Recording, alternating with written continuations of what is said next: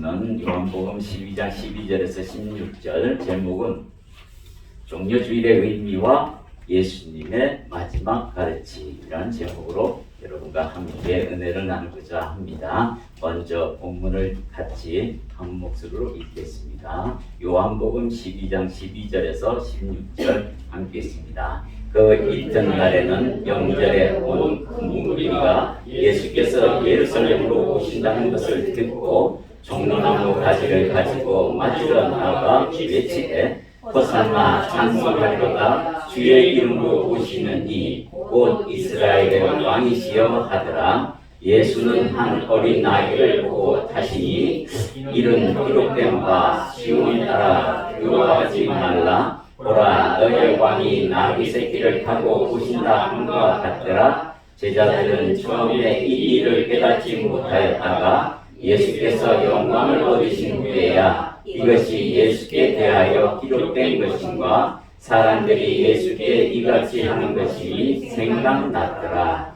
아멘. 네, 여러분들이 많은 신앙생활을 또 하면서 또 이 기독교에 옮겨서 또 얼마 안 되는 분도 계시겠지만 종려주일 그리고 주님께서 이 고난 주간 동안에 무슨 일을 하셨고 어디에 집중하셨는지 우리가 좀 알 필요가 있겠다라는 마음을 주셔서 그거를 몇 개월 전부터 연구하면서 이렇게 정리했던 말씀이기도 합니다. 여러분들 종려주일이 무엇이고 또 하나님께서 예수님께서 이 땅에 오셔서 그 마지막 일주일 동안 고난을 받으시면서 우리들에게 호소하고자 하신 그 말씀 아마 거기에 많은 시간들이 소비되었고 또 주님의 마음에 아마 집중되었으리라는 마음을 가지고 준비를 해보았습니다. 종려주일에 주는 의미는 이렇습니다. 종려나무가 주는 상징적인 의미가 있어요. 첫째는 뭐냐면 승리를 상징한다고 합니다. 그러니까 전쟁이나 어디에서 싸움에서 승리하는 그 표징을 종려나무의 의미를 두기도 한답니다. 둘째는 안식과 풍요를 상징하는 나무이기도 한답니다. 광야에서 초막을 지을 때에 이 종려나무를 지붕에 이 나무의 잎을 지붕에 이렇게 얹혀서 이렇게 초막을 짓기도 했다고 합니다. 그래서 안식과 풍요를 상징한다. 주님께서 예루살렘 성전으로 입성하실 때 이 백성들이 이 종려나무의 잎사귀를 떨어놔서 앞에다 이렇게 융단처럼 깔아줍니다. 그리고 그들 종려나무 잎 위에다가 자신의 겉옷을 뻗어서 쫙 펼쳐놓는 광경, 여러분들 상상을 한번 해보세요. 그런 광경들을 해서 찬양을 또한 상징한다라는 생각을 이렇게 기록되고 있다라는 거예요. 자, 이 세 가지를 가지고 종려주일에 우리가 의미를 부여하면 예수님께서 타신 게 뭐였죠? 나귀 새끼였어요. 여러분들 이 서양 사람들의 키가 동양 사람보다 커요, 작아요? 대부분 큽니다. 그런데 그 큰 키를 가지신 예수님께서 나귀 새끼를 탔대요. 그러면은 이 발이 땅에 닿을 가능성이 높겠죠? 그 모양이 얼마나 볼품이 없을까요? 생각해 보십시오. 백마를 타고 와도 시원찮은데 나귀 새끼를 타고 입성하시는 예수님. 왜 여러분들은 나귀 새끼를 타셨다 이렇게 성경에 기록하고 있는 걸 어떻게 보죠? 나귀 새끼를 왜 타셨죠? 성경은 그렇게 쓰여 있어요. 여러분들 성경을 안 보신다는 증거예요. 나귀 새끼를 탄 것은 겸손이기 때문에 타신 거예요. 겸손.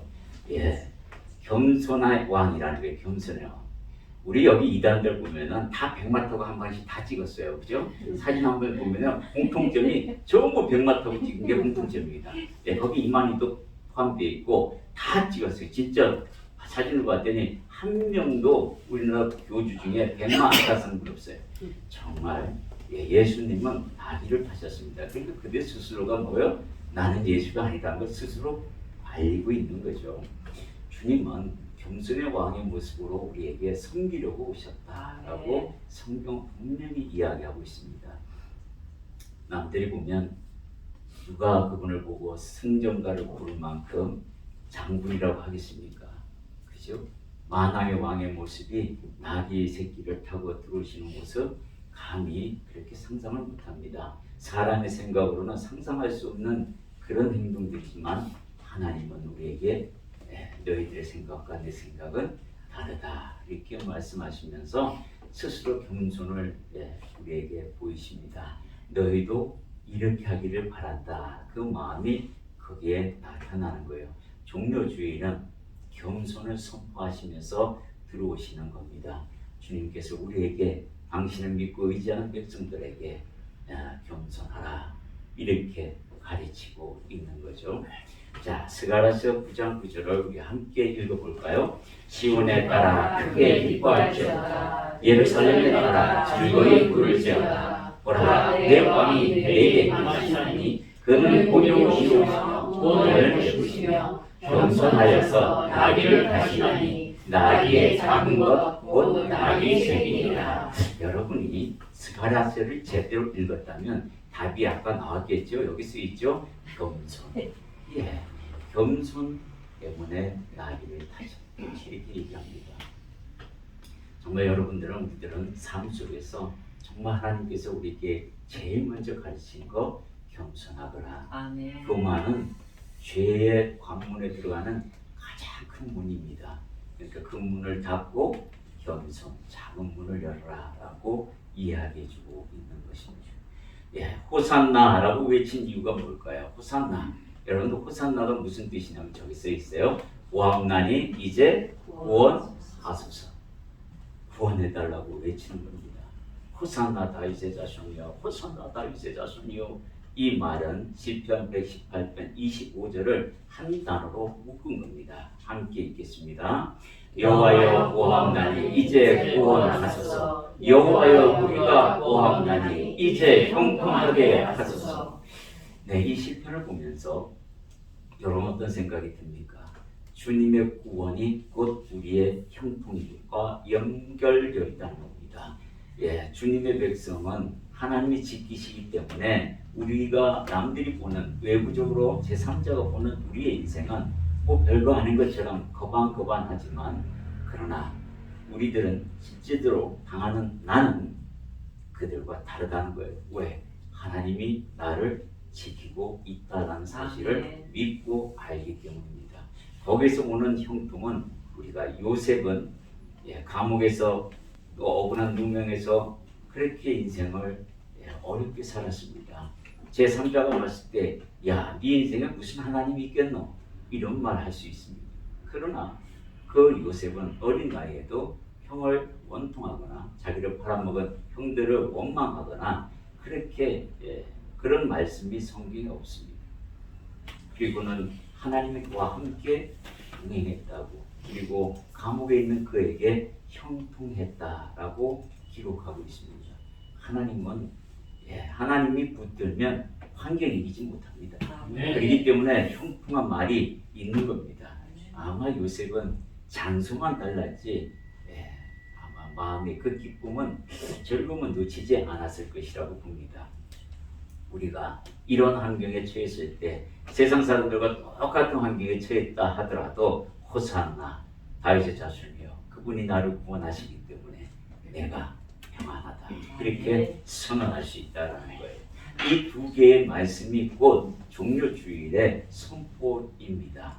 그죠? 겸손과 그리고 나를 구원하신 그 하나님으로 말미암아 내가 형통하리라라는 그 선포가 시작되면서부터 우리에게 가르치는 게 있다라는 거예요. 이제 이것을 위한 인생은 어떤 것이 있는지 주님이 월요일부터 금요일까지 돌아가시는 그날까지 한번 우리가 헤아려 보자라는 6일간의 여정을 보겠습니다. 자, 먼저 가르치셨다라는 거예요. 가르침이 우선이다 하는데 무엇을 가르쳤는지 하나하나 볼게요. 월요일날 입성 후에 첫날이 됩니다. 월요일날에 두 번째 성전 정화 작업을 하게 합니다. 이전에 성전 정화 작업을 한 번 하셨어요. 그런데 변화되지 않고 또다시 이들이 반복하고 있는 걸 알고는 다시 예루살렘에 들어가셔서 두 번째 성전 정화 작업을 시작합니다. 그리고 이렇게 성경은 기록합니다. 누가복음 19장 45절 46절 함께 있습니다. 성전에 들어가서 장사하는 자들을 내쫓으시며 그들에게 이르시되 기록된 내 집은 기도하는 집이 되리라 하였거늘 너희는 관계 소굴을 만들었다 하시니라. 한 번 뒤엎었는데 정신 못 차려서 두 번째 와서 또 뒤엎습니다. 월요일날 제일 먼저 하신 게 성전 정화 작업입니다. 이 의미가 여러분들은 아마 아실 겁니다. 뭐죠? 예수를 영접하여서 이제 겸손의 삶을 살아가며 하나님과 동행하고 그러므로 말미암아 형통한 인생길을 걸어가는 그 자에게는 뭐가 제일 먼저 일어나야 하면 내 안에서 뒤집어지는 역사가 있어야 돼요. 싹 다 갈아엎어 주세요. 그거 있잖아요. 그죠? 확 갈아엎어 주셔야 합니다. 대충 갈아엎어서는 안 됩니다. 완전히 싹 다 갈아엎어 그래요. 이게 주님께서 상상해 보십시오. 성전에서 돈 받고는 또 뭐 하는 사람들 그걸 엎으실 때의 그 광경을 상상해 보십시오. 그냥 살살 엎었겠어요? 아니죠. 완전히 산이 저 밖으로 나갈 만큼 아마 힘있게 하셨을 겁니다. 성전 정화 작업이 일어나야 하나님께서 일할 수 있습니다. 제일 먼저 주님이 성전 정화 작업을 하신 이유가 뭐냐? 네 속 다 뒤집어라 이겁니다. 하나님께서 성전으로 임하신 성전으로 거할 너 그 마음속에 있는 모든 것을 바라보라 이렇게 설명하고 있는 겁니다. 두 번째는 무화과 나무를 저주하는 일이 생깁니다. 마가복음 11장 12절에서 14절 함께 있습니다. 이튿날 그들이 베다니에서 나왔을 때에 예수께서 시장하시니라 멀리서 잎사귀 있는 나무를 보시고 혹 그 나무에 무엇이 있을까 하여 하셨더니 가서 보신즉 잎사귀 외에 아무것도 없더라. 이는 무화과의 때가 아닙니다. 예수께서 나무에게 말씀하여 이르시되 이제부터 영원토록 사람이 내게서 열매를 다 먹지 못하리니 제자들이 이를 듣더라. 이 무화과 나무는 괜히 예수님의 눈에 띄어가지고 무화과 때도 아닌데 괜히 저주를 받으시고 잘못이 하나도 없는 것처럼 보입니다. 그러나 만왕의 왕 주님께서 찾을 때가 그 시기라는 겁니다. 우리에게 이 무화과 나무의 때를 가르쳐 주는 것은 무화과 때가 열매를 맺을 때가 아님에도 불구하고 주님께서 가서 찾으셨다는 거예요. 이건 뭐냐면 영적으로 우리에게 말씀하는 겁니다. 무화과 나무에게 이야기하는 게 아니라 무화과 나무 같은 우리에게 말하고 있습니다. 언제 예수님이 찾을 때가 열매 맺어 있을 때라는 거예요. 그러니까 성도로서 하나님의 자녀로서 주인이 열매를 딱 찾으려고 할 때 그때가 심판의 날이고 그때가 종말인데 기다려주지 않는다는 겁니다. 그리고는 저주하자마자 마태복음에서는 저주하자마자 말라 죽었다 하고 이 누가복음에서는 뭐라고 했다? 마가복음에서는 뒤에 가서 하룻밤 지나고 죽은 걸로 기록합니다.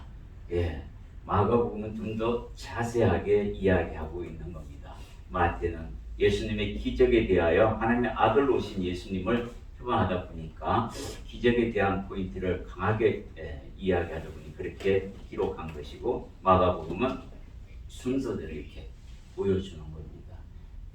주님이 저주하면 뿌리가 썩어져 가고 다음날 아침에 저주의 결과가 나타난다라는 이야기를 하고 있습니다. 잎사귀만 무성하다 이런 말은 우리가 영적으로 열심히 예배에 참석합니다. 그리고 찬양과 기도와 와 너무 잘합니다. 방언도 잘해요. 남들이 보면은 다 이렇게 보일지라도 그 안에 열매가 없으면 꽝이다라고 이야기하는 겁니다. 아주 무서운 이야기예요. 사실은 이 안에 내뼈된 이 무화과 나무의 이 저주는요 우리들에게 강하게 어필하시고 계시는 겁니다. 열매 없는 신앙은 내가 원하지 않는다. 이 이야기를 이렇게 풀어서 이야기하고 있는 거예요. 겸손의 왕으로 오셔서 우리에게 겸손을 가르치고 또 형통을 가르칩니다. 동행입니다. 그리고요 성전 정화 작업까지 일어났다면 이제부터는 뭘 해야 되냐면 열매를 맺게끔 노력해야 된다는 거예요. 이 열매는 바로 성령의 9가지 열매가 기록되어 있죠.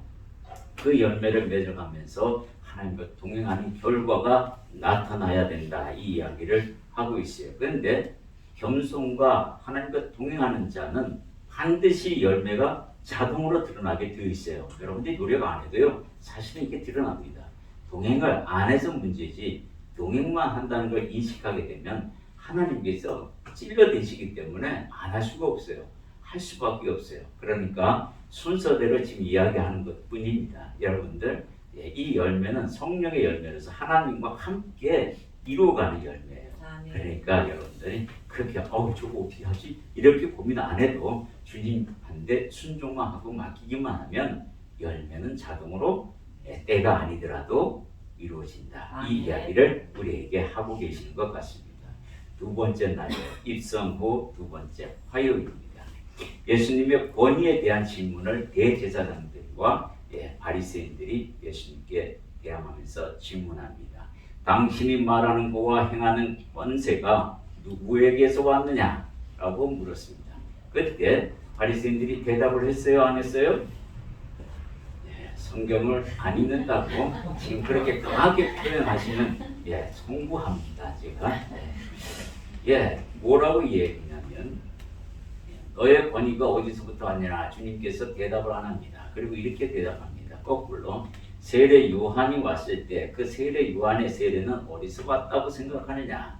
그랬더니 이 바리새인들과 이 대제사장들이 머리를 쓰는데 저기에 대답을 하면은 문제가 생길 것 같아요. 하나님으로부터 왔다라고 생각한다 그러면 왜 너희들은 그를 맞이하지 아니하였느냐? 이 말을 들을 것 같고 안 하자니 백성들한테 미안하고 그러니까 우리 잘 모르겠다 이렇게 피해갑니다. 주님도 대답을 그렇게 합니다. 나도 내 권세가 어디서부터 왔는지 너희에게 알리지 아니하리라. 이렇게 말을 합니다.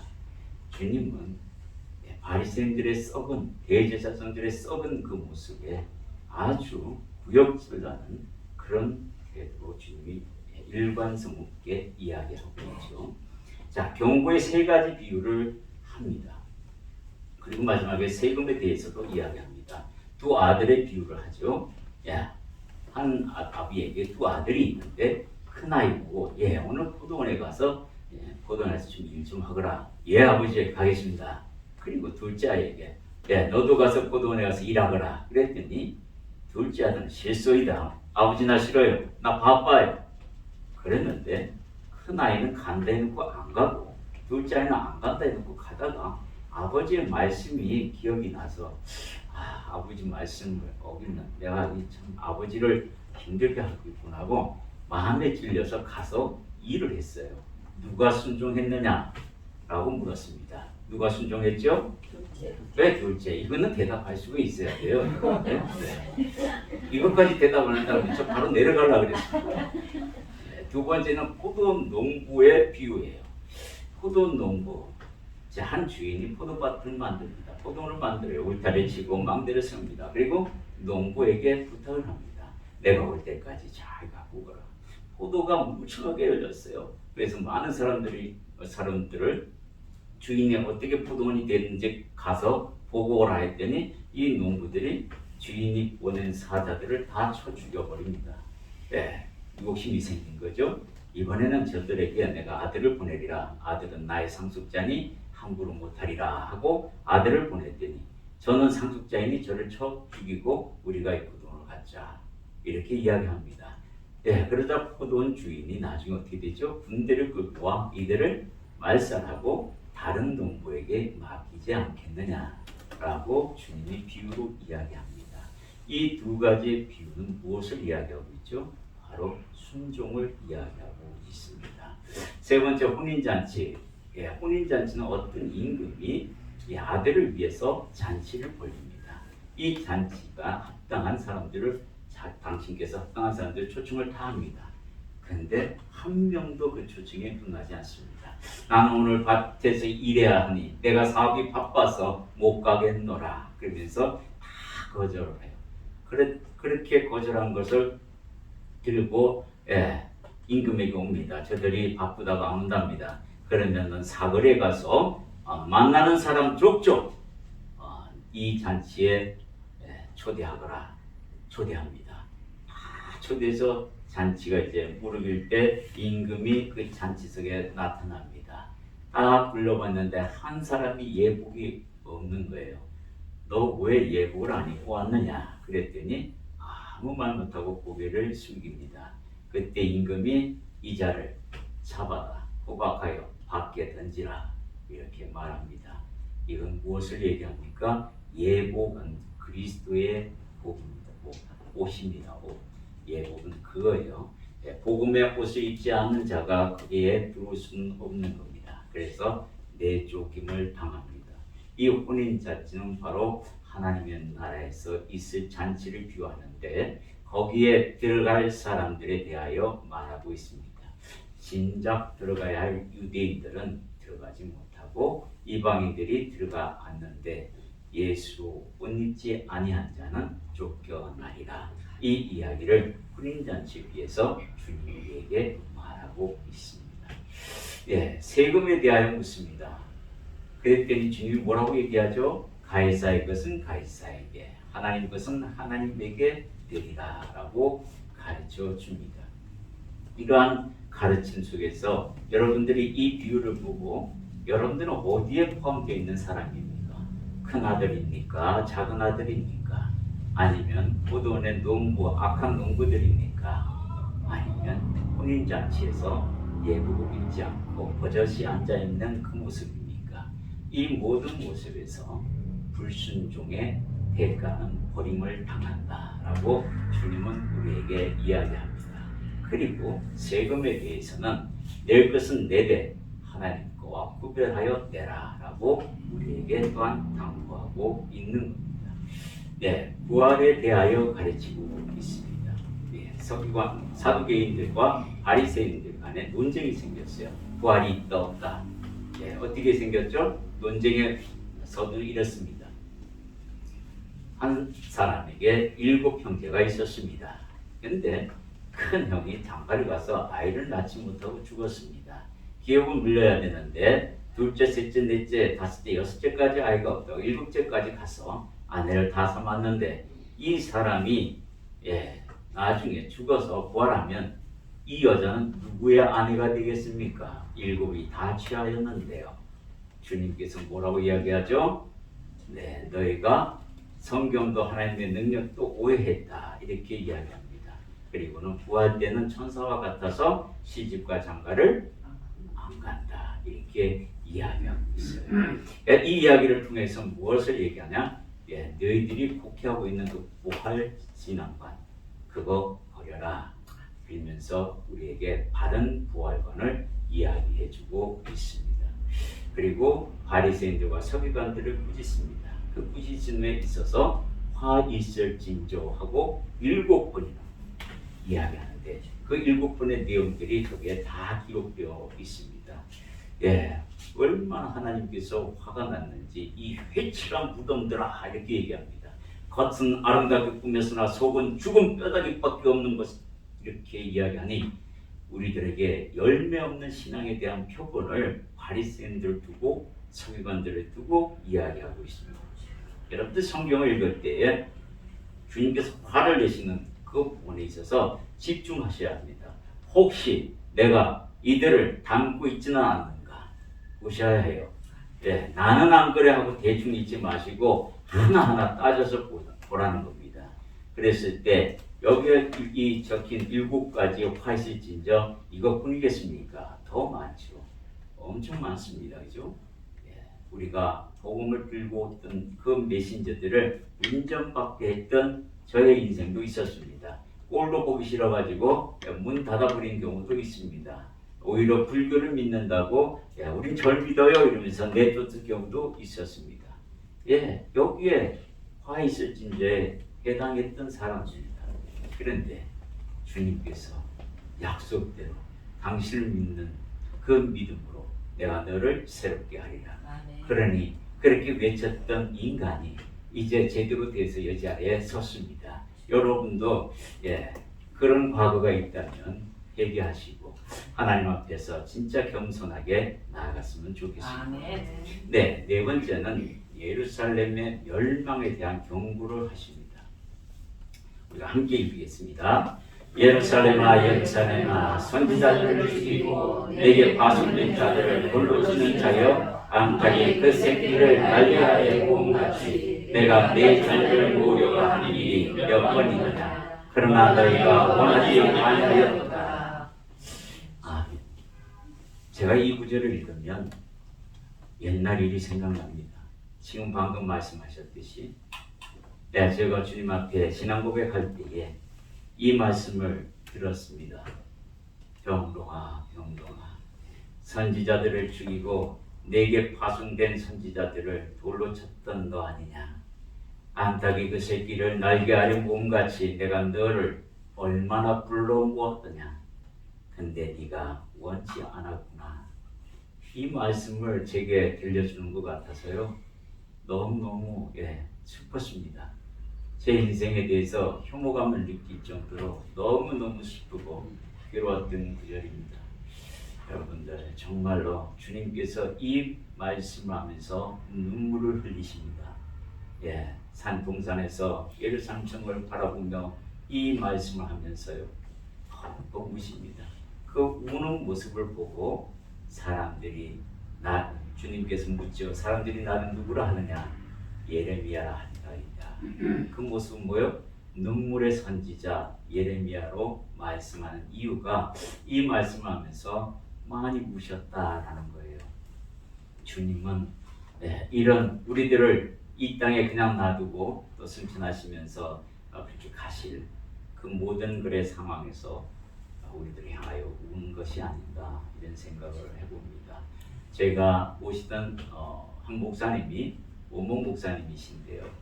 이분이 암으로 돌아가셨습니다.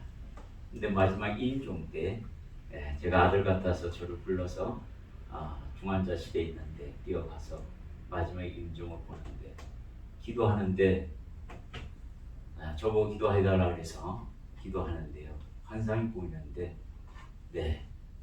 그분이 그 목사님이 천국을 향해 아름다운 찬란한 그 숲속인데 빛이 아침에 빛이 팍 비춰오는 그런 모습이었어요. 그런데 주님께서 그 목사님의 모습을 보이게 하시는데 이 목사님이 천국을 향해 가시다가 뒤를 돌아봐요. 저랑 눈이 마주쳤어요.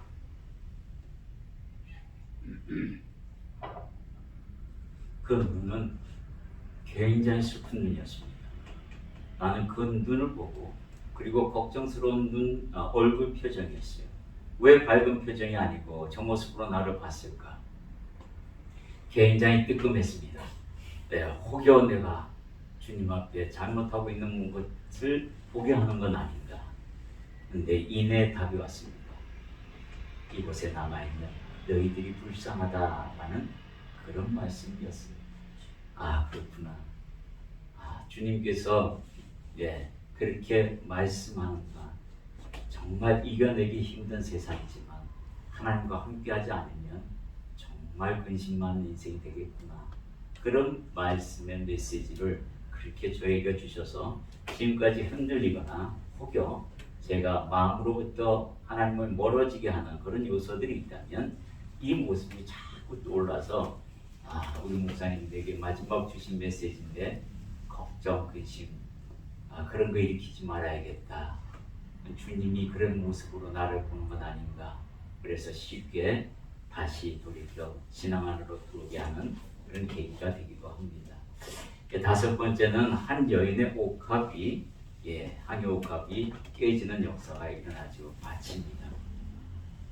우리의 모든 것을 바쳐야 할 수 있는 믿음까지 가는 것이 하나님이 원하시는 방향이고 마지막 모습이라고 생각이 듭니다. 이 여인은 평생 번 돈을 한꺼번에 다 쏟아붓습니다. 예수님의 장례를 위해서. 그리고 주님은 이 여인에게 축복합니다. 십자가의 사건 뒤에는 반드시 이 여인의 이야기가 함께 전파되리라 하고 축복하시죠. 정말로 어려운 결정입니다. 그러나 그 결정도 내가 하는 게 아니라 성령이 내 안에서 하게끔 하신다. 그런 말씀이 우리에게 있습니다.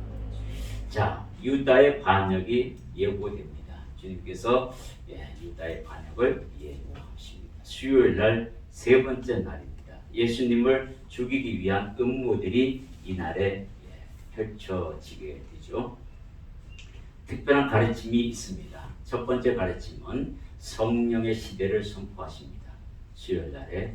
그리고 요한복음 12장 31절, 32절 함께 있습니다. 이제 이 세상에 대한 심판이 일어났으니 이 세상의 임금이 쫓겨나리라. 내가 땅에서 들리면 모든 사람을 내게로 이끌겠노라 하시니 무슨 말씀이에요? 주님께서 새로운 시대를 선포한 것은 마귀가 이제 잡혔다라는 거예요. 마귀가 붙잡히고 성령께서 이제 내려오셔서 너희들과 함께하여 새 시대를 열 것이다 라고 우리에게 이야기하고 있는 겁니다. 여러분들이 이 모습에 대하여 우리가 한번 상상을 해봐야 됩니다. 성령과 함께한 자에게는 마귀가 접근할 수가 없게 되는 거죠. 두 번째 가르침은 예수님의 자신을 믿는다는 것에 대하여 이야기 선포를 하는데 그 뜻과 의미를 내립니다. 요한복음 12장 44절 46절 함께 있습니다.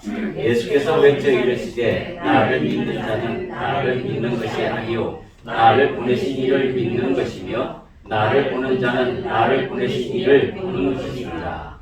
나는 빛으로 세상에 왔나니 물은 나를 믿는 자로 어둠에 거하지 않게 하려 함이로라. 아멘.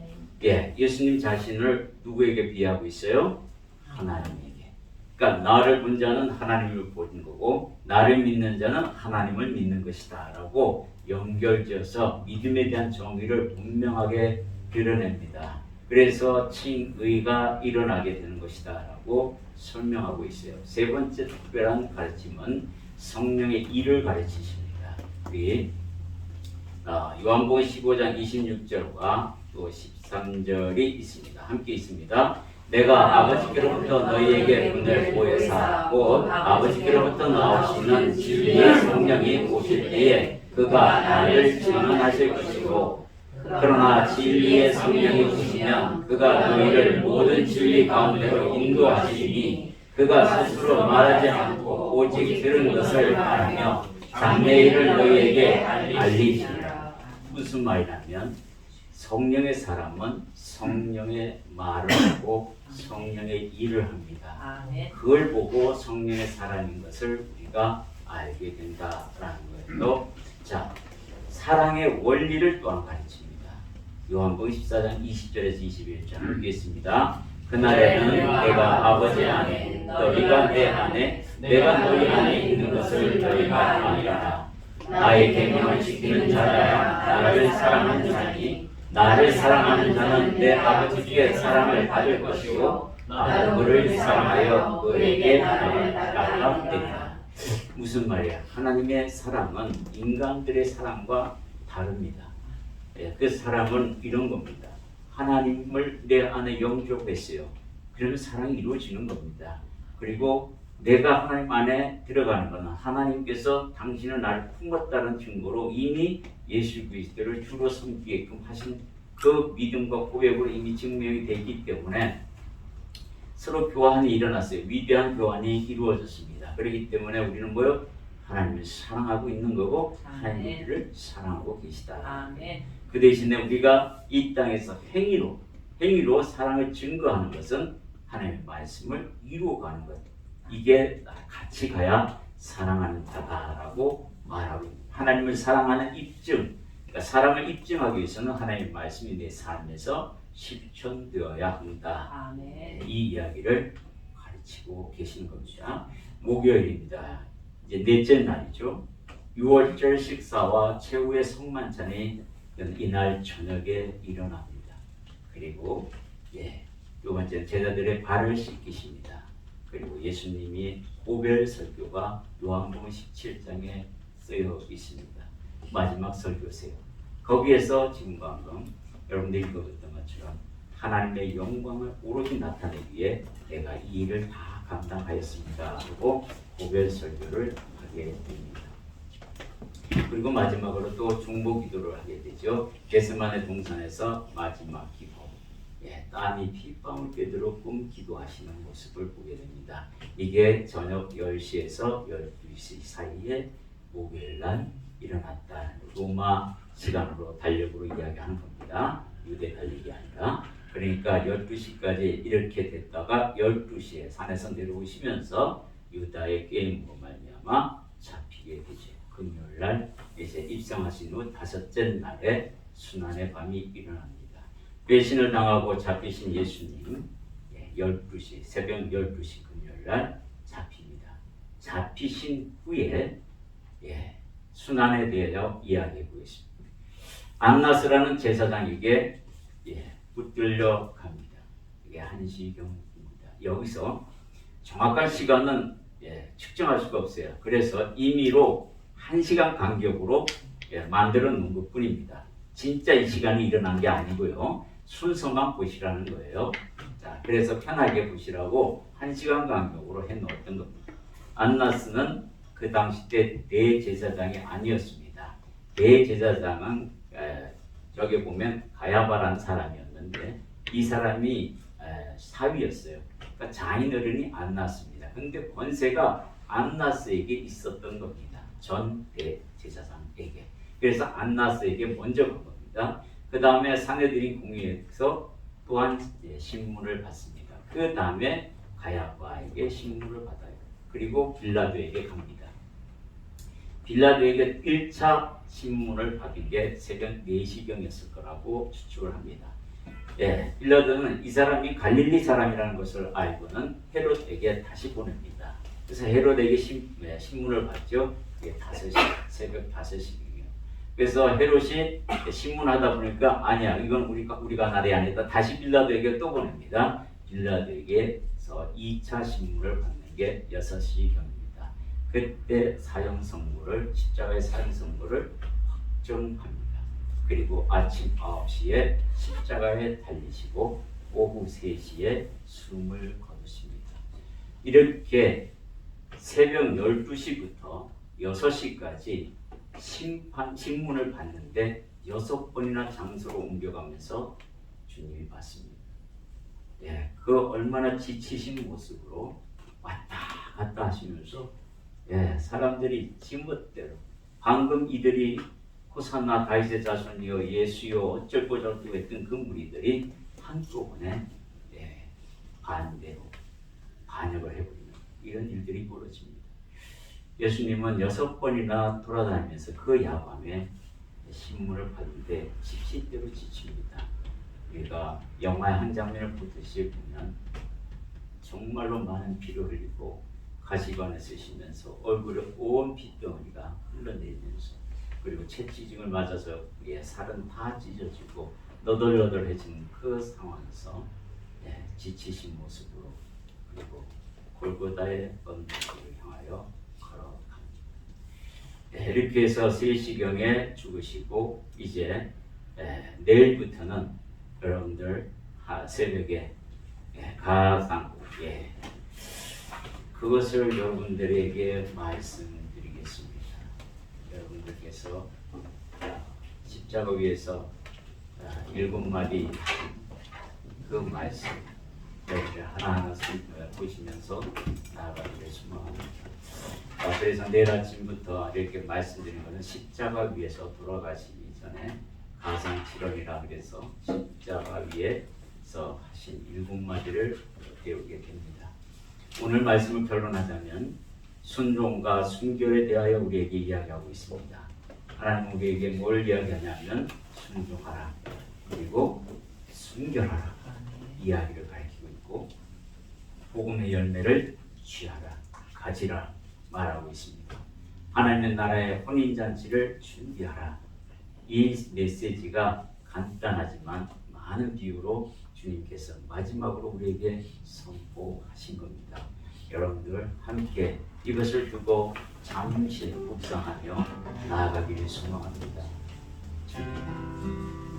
오늘 종려 주일을 맞이해서 일주일 동안 있었던 주님의 행적을 잠시 추적하며 우리를 향했던 주님의 사랑을 되짚어 봅니다. 하나님의 흔적, 주님의 그 사랑이 오늘 내게 없었다면 참으로 하나님 생각도 하기 싫습니다.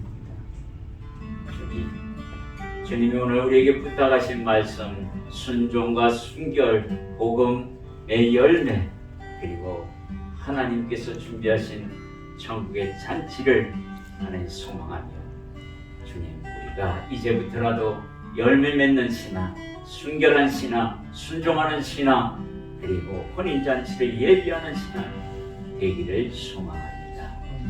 주님 감사드립니다. 예수님의 이름으로 기도드립니다. 아멘.